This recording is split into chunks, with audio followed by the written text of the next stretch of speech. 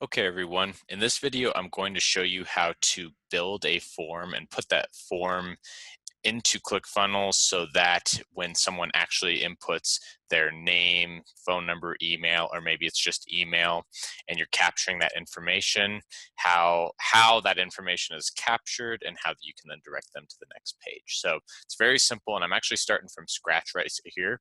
I just created a test building a form funnel, but I haven't even selected any templates, and I'm actually going to show you how to do this from scratch. So just so you know that this can be done throughout the process. You don't have to start with a template. So I'm going to just select a blank template down here for the opt-in screen or for the opt-in step. I'm also going to do the same here for the thank you page. And they have a blank template here.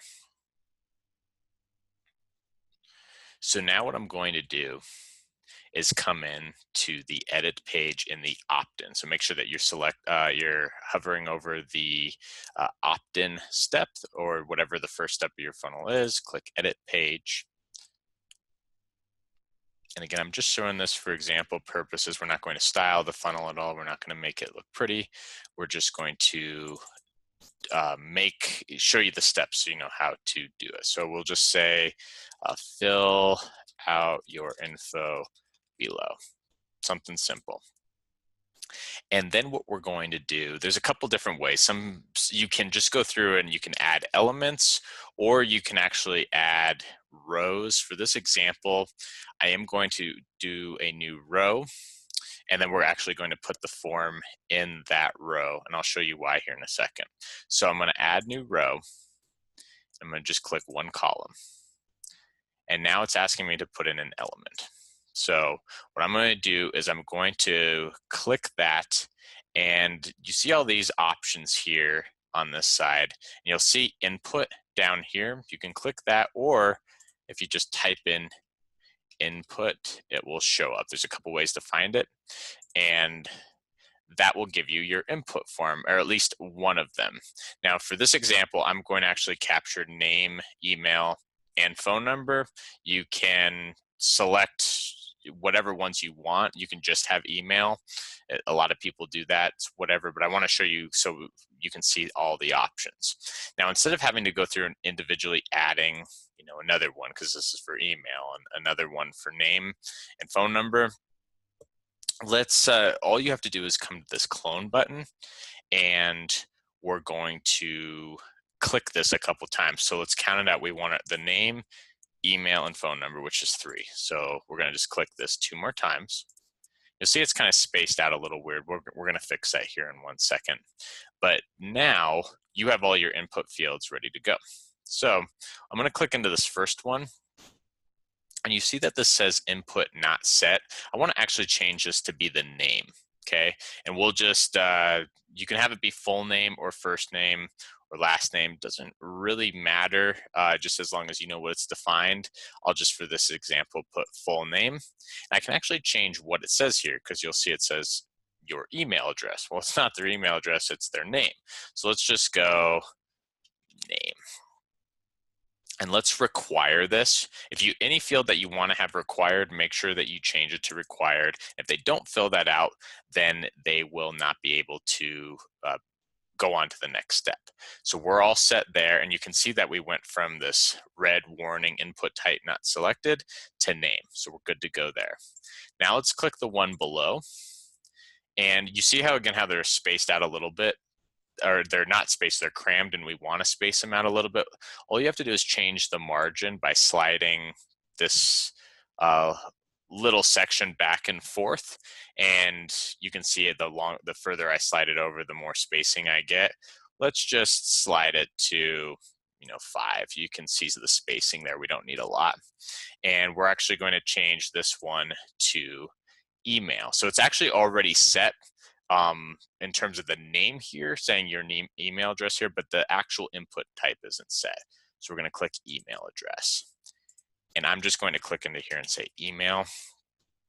And by default, ClickFunnels always requires this. You can't actually change it to not required for email. It's the only field as of right now that's a true requirement. And then on the last one, we said phone number, right? So we're going to change the spacing to 5, so there's a little spacing. I'm going to go down and find phone number. I'm going to click phone. And we are going to require this as well, just so you can see.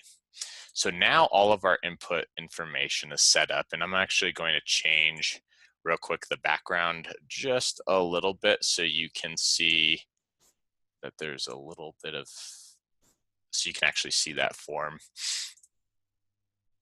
And you're all set up there. Now, you see how they're really long stretched out in terms of the actual field area. We can always shrink the sides by just going to the little setting icon in the row, not the element, but the row, which is blue. And we can just do our left to right margins, and I'll squeeze it over. On that side, we can also, that's on the inside part of it, we can change the width, which will be the entire row. So maybe we just want it like that. There's a lot of different setting icons you can do there. And now going into the form field again, you can do these little icons, and this is just for you to play with, but if you click on any of the settings within any of the form fields and go to advanced, you can put like an icon. So right now it says no icon, but maybe you want to have the name icon, and it puts a little person there. And for the email, we'll click into that, go to advanced, we're going to say email icon, how about? And for the phone, we'll go over here, click advanced, icon, and we'll do phone. So these are just, this is definitely not a requirement. The form will work without that. It's just something that a lot of people do. You can split test to see if it increases conversion, your choice. So this is all set up.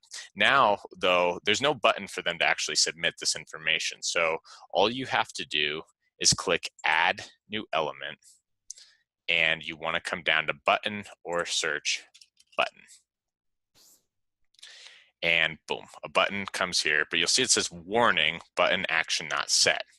And what you need to do is actually change that, similar to what we did on the form, but you want to set this action, in this case, for this example of actually someone filling out the form, to submit order or submit form. That's what you want to set it to, because if you don't, it will not submit. We're going to go back, and let's just change this, or we'll leave it at click here to, or click to sign up. And then again, you want to make sure to save. That SEO thing will be here. I'm just going to say testing for ease of use and save. Now quickly, I'm going to exit, and I'm just going to put something on the thank you page here so you know which page we're going to. So we're going to edit the page. And let's just change this to you'll see this page. Again, just so you know where we are going after we submit. Oh, testing. And we're going to save. Okay. So now when you're in this, we've completed our form, let's actually click back into here. There's a couple of different ways of testing. You can preview by clicking the preview button and actually entering your name, email, and phone number in here. I recommend not doing it from the preview mode directly because of some cache and cookie issues. And if those are words that you don't know, don't worry about them. It's just a way that your browser can just hold on to information. It can make it difficult to test later on. So instead, what I like to do is click out and go back to where you see this screen, and you see this preview version. And if you right click on that, you can see open in incognito.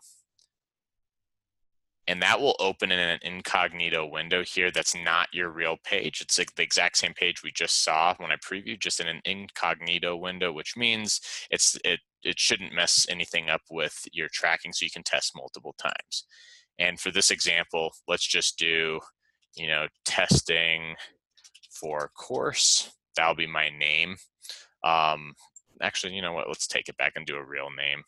Let's do Bugs Bunny, and we'll just do testing. So you actually know that this was testing. I might have used this name before, and let's just do bugs@gmail.com and 555.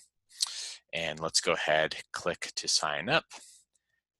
And boom, it just goes over to, you'll see this page. So it worked, which is awesome. And that's exactly what we wanted. Now I'm going to minimize that screen. And how do you know that you got a contact here? Well, you can come over here to your contacts in the funnel, click on that, and boom, Bugs testing. I think if the Bugs Bunny didn't, you can play around with the different names and the full names. It might have been because I had 3 different options. It's going to take the first and last and nothing in the middle. Either way, again, you can test with that, but we got that information. We have the email, and if you click into this contact, you'll actually see the phone number listed right here as well. And then let's go back.